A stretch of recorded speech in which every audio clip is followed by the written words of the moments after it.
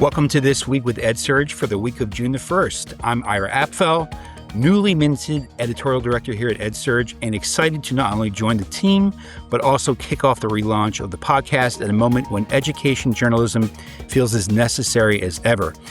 A bit about me, I am a grizzled veteran writer and editor with more years working in Washington, D.C. than I care to admit. I've covered Congress, regulatory agencies, banks, healthcare, pharma, now education, and I'm really happy to be here. This week, we've got two stories that feature the hottest and most controversial topic in edtech today, AI. One is about how districts are reacting to its use by students. The other is about what teachers say they need to better understand these shifts. First up, CoSN, the Consortium for School Networking, just released its annual State of EdTech report.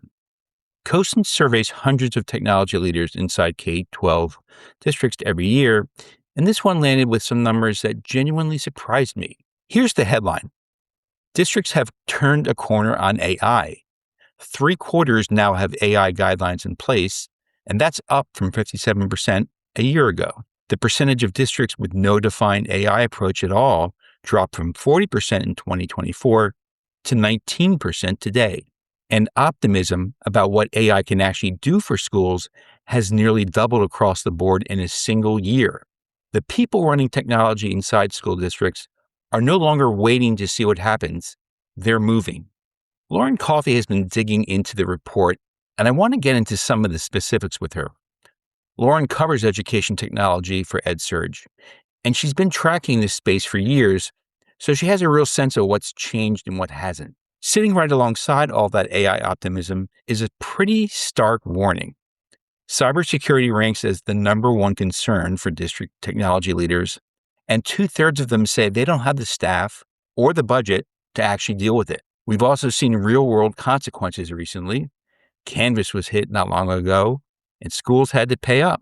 Lauren, you've been watching this space for a while. Is this starting to feel like a tipping point? They're really susceptible to getting hit, especially with AI and these kind of different attack methods that we've been seeing. With the Canvas hit specifically, a lot of people had to pay a ransom. And so, that's very concerning for a lot of schools who don't have funds already. We've heard for a long time cybersecurity is a big concern. We don't have the funds for it. We don't have the training for it.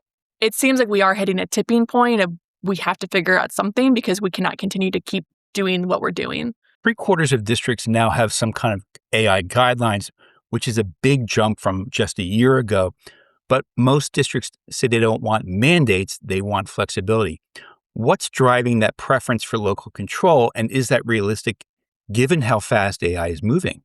I think it's very realistic. I think because it is moving so fast, districts want their own control, their own methods, their own way of tackling this versus waiting for state legislators to say, hey, we need you to do X, Y, and Z, or even district superintendents to say this. A lot of it is school by school or even teacher by teacher, which that does bring its own concerns of if certain teachers or certain schools are more technology enabled or focused, then they'll have these standards that are a little higher, and it creates like a little bit of a have and have nots. They know what's best for their students. They know what's best for their teachers, and having their own control really helps with that versus, implement X, Y, and Z when it may not work for you. The CoSN report also finds that most AI use in districts is on the staff productivity and operations side and not necessarily in teaching and learning. Why do you think that is, and what does that mean for the classroom? Yeah, what's interesting is that they are using it more, so it is positive to see. There may be a trickle-down effect if we start with these higher-up things first and then goes down to teaching and learning. It goes back to the cybersecurity question. What's interesting in the report is that they are interested in doing the teaching and learning side. They just don't have the resources. A lot of these have to be led by teachers who know how AI works or who have an aptitude for it, and a lot of teachers aren't trained for that because it is so new. So I think it just goes back to we have to look into more training, potentially more resources, which again, the education sector does not have in spades for either of those things. Most schools now have some kind of vetting process for free edtech tools before they land in classrooms, but critics say they aren't taking everything into account just yet. What does the report say about that, and where do districts go from here?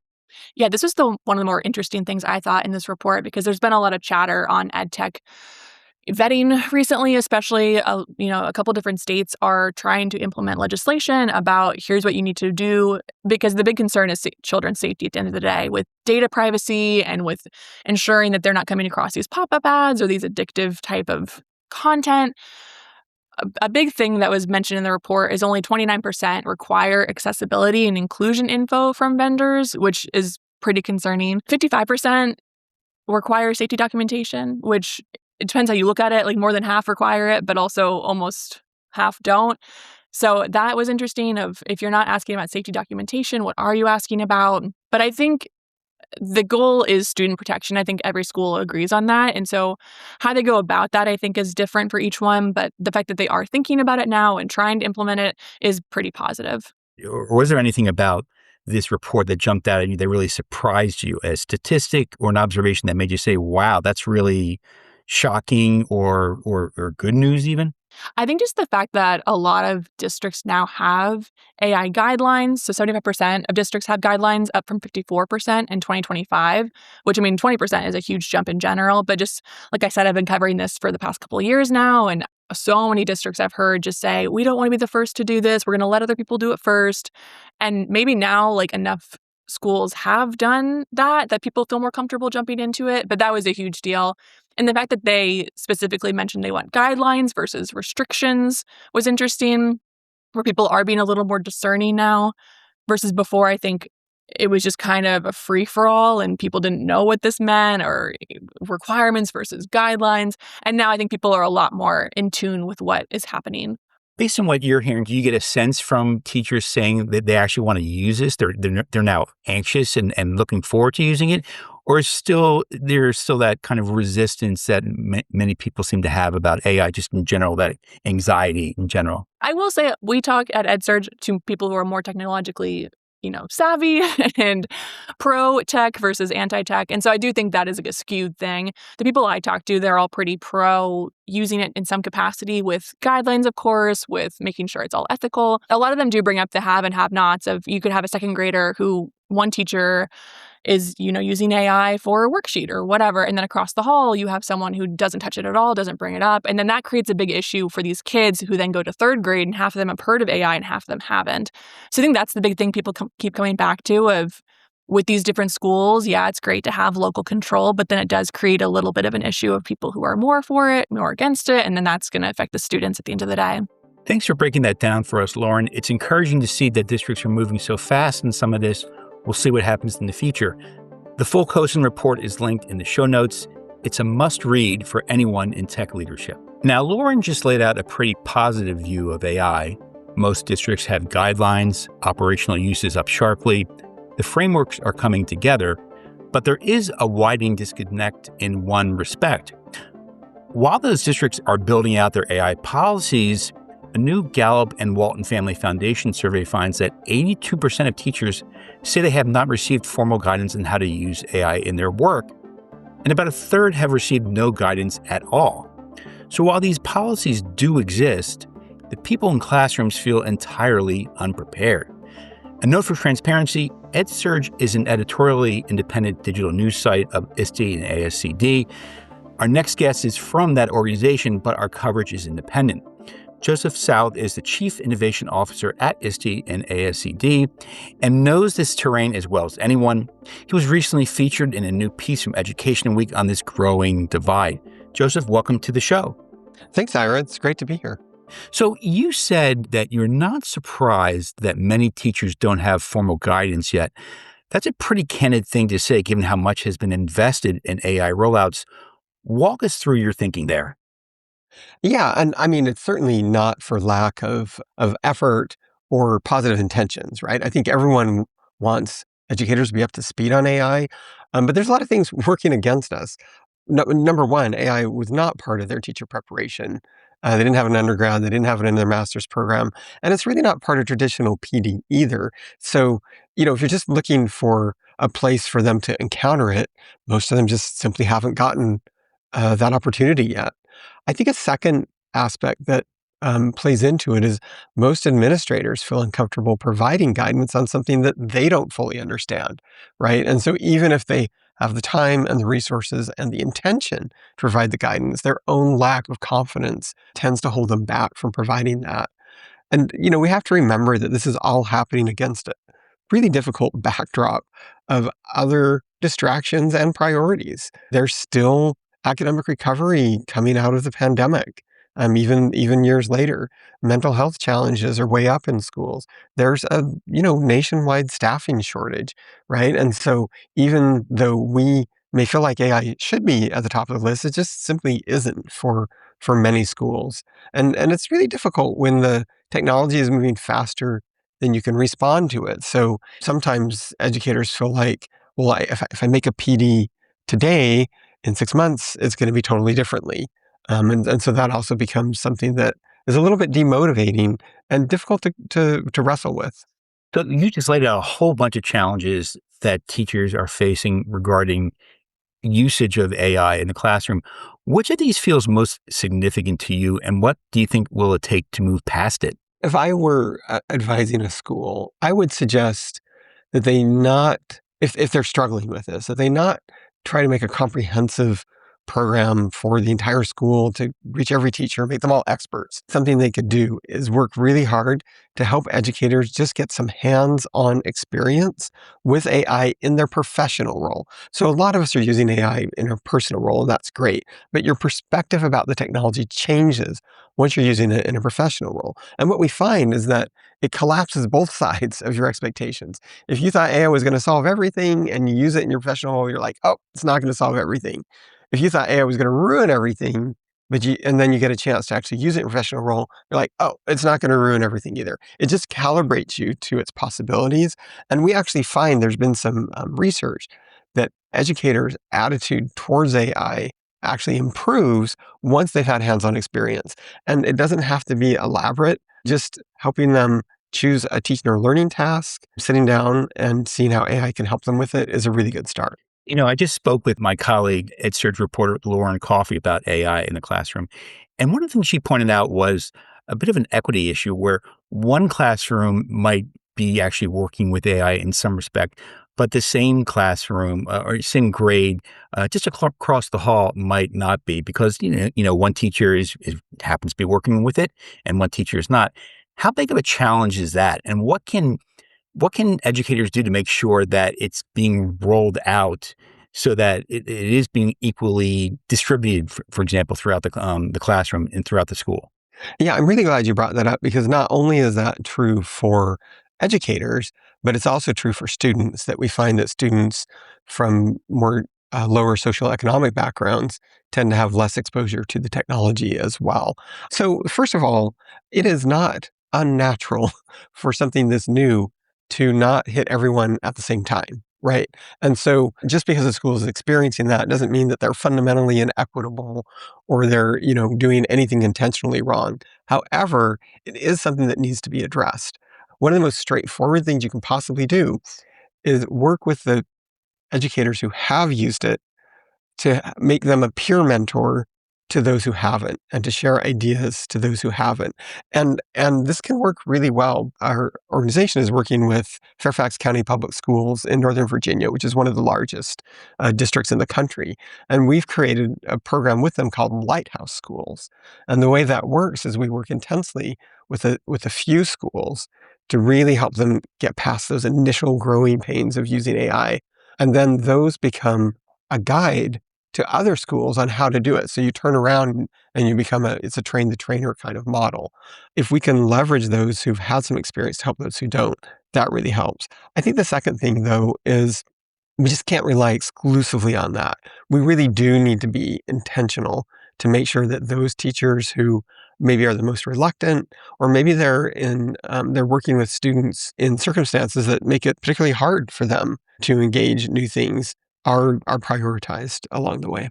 We hear from school leaders in this story who say they're holding off on policy at their school because they're waiting for the state or the federal government to get in the direction. They don't want to reinvent the wheel. But some folks say that having state guidance actually liberated the teachers rather than restricted them.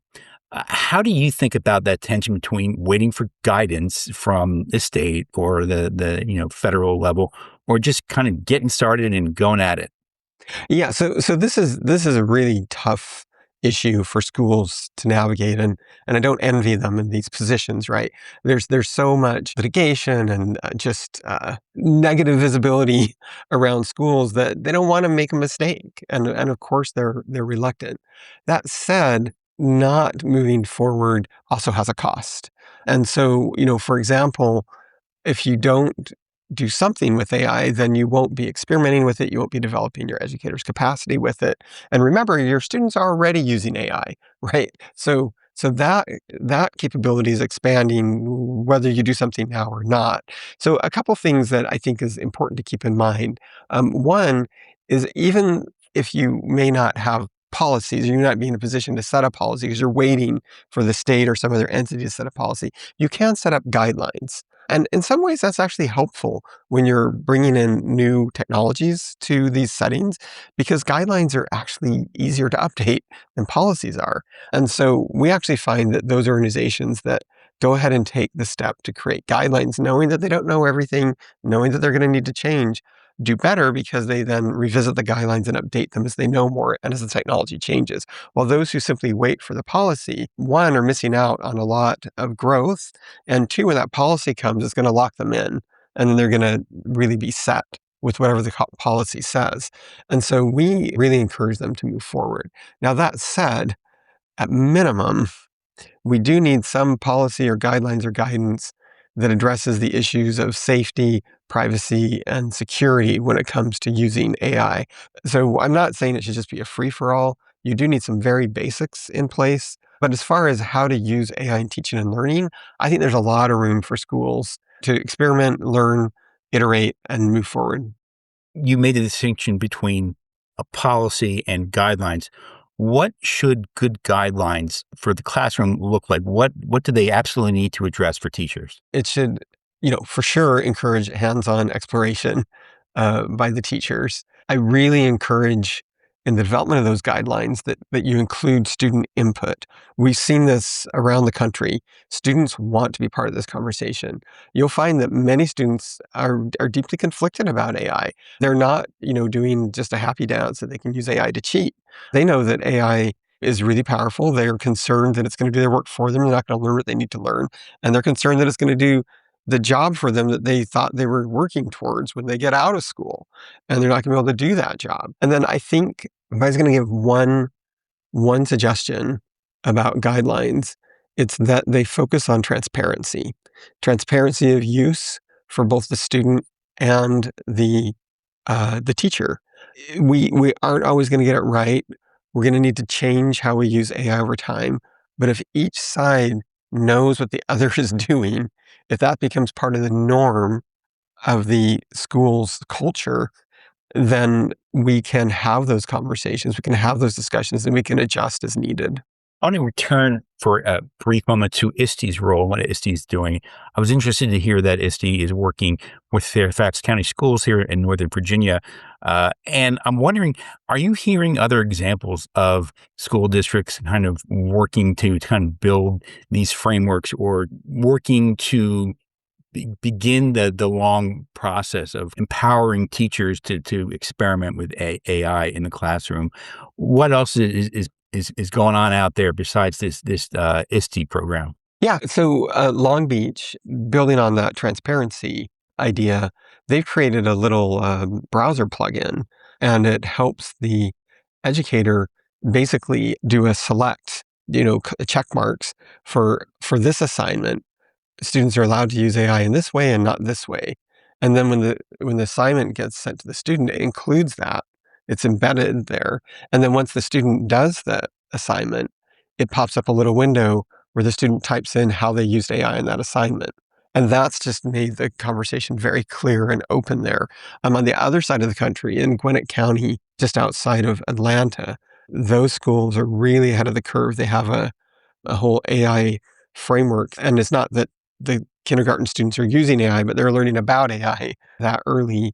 And they also have connected it to future professions. And so they're already thinking about how future professions are going to change with AI, and they're bringing those insights back into the school district. So there's a lot of schools that are really setting a pace out there that we can learn from. Is there any kind of similarity between the Long Beach schools and the Gwinnett County schools that you can draw? Because again, like you said, they're on different coasts, and they're really leading the charge here. I'm wondering if there's like some kind of common thread that you can point out that maybe other schools can look at and say, oh, we can do that, or we should be doing that, and that will help enable us regarding AI. Yeah, so in both cases, the superintendent has identified this as a priority. And in both cases, the superintendent has been clear that we aren't preparing students for their future if we're not preparing them to use AI ethically and responsibly. And so rather than leaning into, the sort of the energy of an AI ban where we're like, well, a student just can't learn with AI present, it's going to compromise their cognitive abilities. They're saying, we understand that it has that potential to cause that harm. We're going to mitigate that here. They're not just expecting the computer science teachers to quote, do AI in their district. They're thinking about every teacher and the role that it will have for every teacher. And they're being very intentional about building it into existing PD. I'm totally sympathetic to this. We already have a packed PD schedule. We already have more than we can possibly do.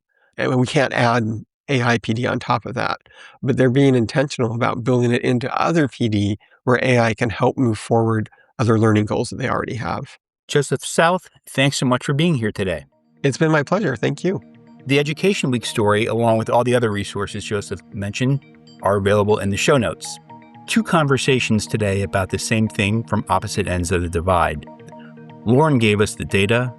Districts are moving on AI, and they're moving fast. Joseph gave us the ground level reality. The people expected to put it into practice still need a lot more support. Both are true, but the gap between them is where a lot of teachers are living right now. That's it for this week with EdSurge. Thanks to Lauren Coffey and Joseph South for joining us today, and thanks to all of you for listening. The CoSN report and the Education Week story and ISTE resources are all linked in the show notes. For more education news and reporting, head to edsurge.com/news. For Lauren Coffey, Joseph South, and the EdSurge team, I'm Ira Apfel. We'll be back in your feed next week.